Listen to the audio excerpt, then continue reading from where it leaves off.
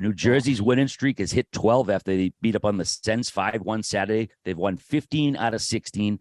Second longest streak in franchise history going back to 1974. 11th longest in NHL history. Biz, they're the first U.S.-based team with a road winning streak of 6+ games against all Canadian teams. They swept the Western Canada Tour. Then they beat the Habs, the Leafs, and the Sens. They haven't played Winnipeg yet. 30 points in 18 games, the fastest in franchise history. And, everyone was picking on Lindy Ruff, but he got some goaltending. Vitek Vanacek has been outstanding. This kid, Akira Schmid, they called up, has been great, too. Let's go to you first, Biz, for the Devils. Your boy Posh, off the wall. Oh, I mean, we started touching on it last week, but we got to keep digging deeper and deeper as these guys keep winning hockey games. And it is just insane what's happening right now in New Jersey. Greg Wyshynski came out with an article. Tons of people chimed in, like a bunch of juggernauts as far as the analytics community. I want to say Megan Chaika, help me out with the Filipovich. Dmitry Filipovich, he's the best. He's awesome. Jay Fresh, this another analytic guy on Twitter that you can find posting players' cards as far as like how much offense they're driving, how good they are defensively. And they basically all teamed up and wrote a masterpiece on how this is getting done. And it breaks down like, how much they're generating 5-on-5, how they're able to generate off the rush, and how they're not one-dimensional about their offense. Compared them maybe a little bit to Florida last year, but not being so one-dimensional, getting contributions from the bottom six. Jack Hughes, who one of the best players right now in the league off the rush as far as scoring chances for, shots on net, you name it, right? He's excelled in that category. It talks about how Burnett came over, coach of the year. That's candidate. An underrated storyline. Right. And of course, like Lindy Ruff, who was getting shit on early, he's made light of it. And he's like, I'm not necessarily so much interested in the X's and O's. He's more interested in the relationships with the players. And then, of course, it goes on to talk about Burnett and how he's helped out the special teams as much as he has. I think that probably the main player we should be talking about, and a guy that we have mentioned quite a bit in the past, is Nico Hischier, and where he's brought his game to that next level. I think that what our criticism was, where maybe like he wasn't providing that offense necessary to be brought up in maybe the Selke conversation, even though Pasha was trying to spoon feed it down my throat.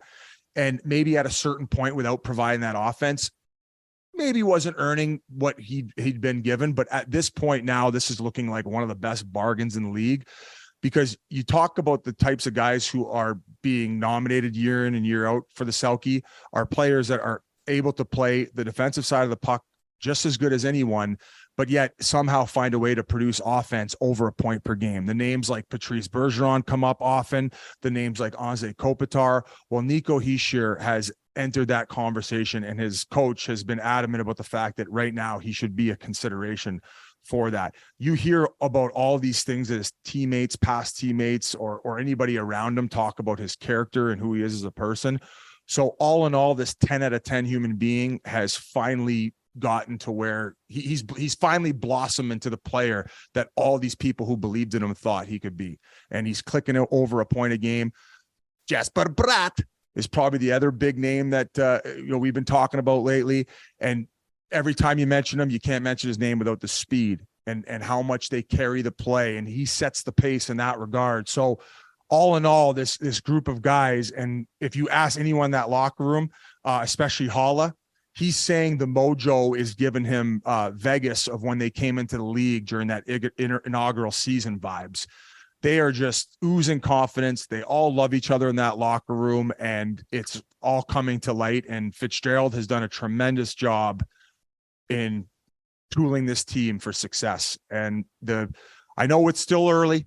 I know they're peaking at a very early time, but this is everything that Pasha was trying to advertise and more. A great breakdown, Biz. And then like the goaltending was a question mark. Vanacek's been outstanding. Akira Schmid, am I saying that correct? He's 3-0. It's like they're getting contributions from everyone. But one thing I looked at, looking at their roster, so everyone knows like Hischier in the first overall pick in 2017. But when drafting becomes so important, and the reason that you see fans sometimes be so willing to move second, third, fourth round picks, and GMs don't always love doing that, is then you look at the rest of the draft in 2017, at least the second and third round. In the second round, they got this Jesper Bolkvist. I don't even know if I'm saying his name right, who spent most of the time he's been up and down, but this year he's not lighting it up offensively, but he's playing center right now, right? He's a draft pick that's playing. The third round, they get this Fabian Zetterlund. He's playing on the second line right now. He's playing really well. He's a tank, 220 pounds. The kid's a monster. He's short little tank. So boom, you got your first 3-round picks from 2017. All three of them right now making an impact. It's the little things and it's the depth drafting that it seems like everything's coming together for them. Dougie Hamilton probably isn't getting enough credit in terms of this team.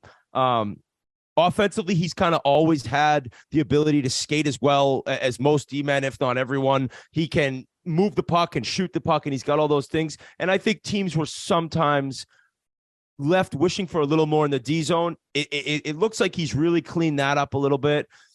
Everyone seems to be gelling. The Vegas call by Holla makes a lot of sense, where they believe every night they're going to win. It's like once you buy into that and once you start believing, the momentum that can be built from a stretch like this, and yeah, it's early in the season, but it's like this momentum will last all year. They're not going to continue to win this many games in a row. They're going to go on a losing streak. There's going to be a time they probably will lose 3 or 4 in a row. That usually happens for every team at some point. But you look back to the beginning, and that's their base for knowing that they can compete.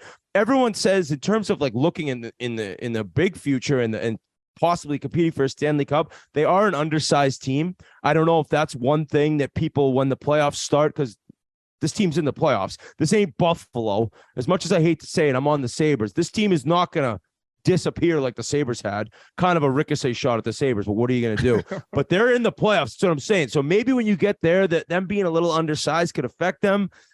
But fuck, man, this team, they're humming. And tonight, the streak probably ends with my my Oilers in town to take these guys down. So that'll probably be the Connor McDavid show to end it in Newark.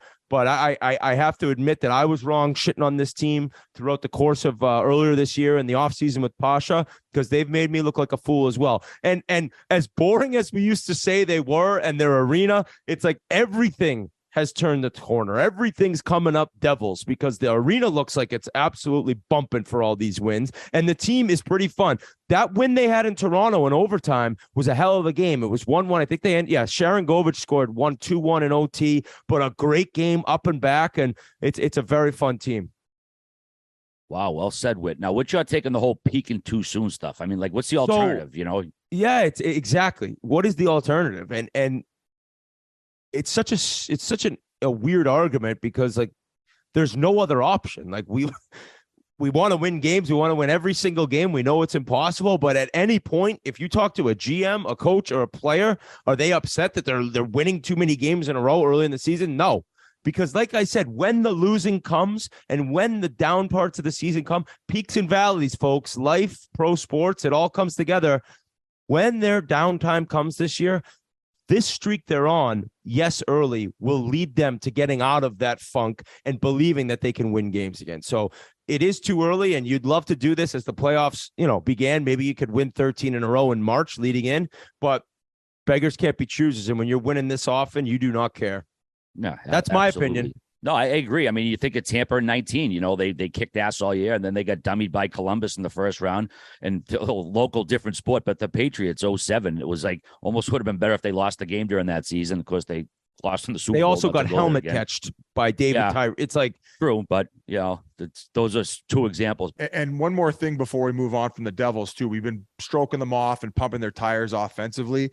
They allow the lowest amount of shots 5-on-5 than any team in the National Hockey League. So not only are they getting it done on the offensive side of the puck, they're getting it done on the defensive side as well. So a complete 180 from last year. Congratulations to Pasha and his Devils. And you were talking about Buffalo during your rant there, Whit. They're the reverse of being on a heater right now. What? One sec, Biz. We got to talk about Jack Hughes with the reporter first. Okay, well, there you go.